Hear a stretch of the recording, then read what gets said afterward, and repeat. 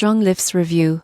App: the pros, the cons. If you're serious about strength training, StrongLifts promises a simple yet powerful workout tracker. But is it really the best tool for your gains? One of the biggest pros is its structured ACTS program. Most people get this wrong by overcomplicating strength training. StrongLifts focuses on 5 core lifts: squat, bench press, deadlift, overhead press, and barbell row, done 3 times per week. This approach is straightforward, effective, and beginner-friendly. The app tracks your progress automatically, increasing weight incrementally based on performance. You get clear rest timers, form tips, and logging options, helping you stay consistent and avoid plateaus. Another advantage is simplicity. The interface is clean, easy to navigate, and designed to minimize distractions. Social features and analytics let you see your weekly progress and compare stats over time. However, there are cons. The program may be too rigid for advanced lifters or those seeking variety. Some users report that the free version lacks certain tracking features, requiring the paid upgrade.